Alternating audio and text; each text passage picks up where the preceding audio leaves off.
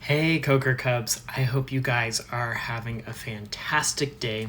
I know you're probably a little confused watching this video and said, this isn't Mr. Turriff, this is a pan full of onions. So I wanted to share this recipe I made for French onion soup because my story tonight I'm sharing is called A Soup Opera. And it's about a man who gets a bowl of onion soup. So I thought I would share my onion soup recipe. And in the video right now, I time-lapsed it, and so it's way sped up. So French onion soup is beef broth and caramelized onions. So these onions are having to cook way, way down.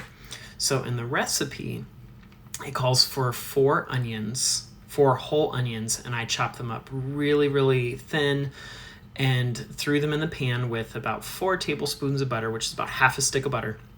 And as you can see now, they're starting to steam up a little bit and they're starting to change color.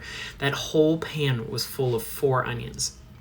And so while they're cooking, they start changing colors and the natural sugars in them start to come out. Like you notice now, they're starting to get a little more dark, and that's what we would call caramelized. And so I added in just the butter and the onions. They took a long time to cook down. It almost took me an hour to cook these down, but then I just added in some garlic because it helps them taste a little bit better, and then some salt and pepper and this herb called thyme. Now usually I use fresh, but the store didn't have any, and so I put in some dried thyme from my pantry, but usually I put fresh if I can get it. And so this is what it looks like in the pot. I also threw in some Parmesan rinds because we have a lot of Parmesan cheese. And then I took 2 cartons, those like big cartons of beef stock, and I just poured them in there, put the onions, and I just let it cook down.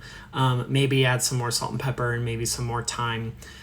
And then on top and on the side, I like to do these are the garlic toast. Is really good with it. And then I also put what's called Gruyere cheese, and it's this Swiss cheese that tastes really good. And you can use any melty cheese, but Swiss cheese is really good. So below the video, I'll put the recipe and things like that and how we make it. And it's really good. It makes way more than you actually need, and we freeze some of it. So I hope you guys maybe try and make this and enjoy.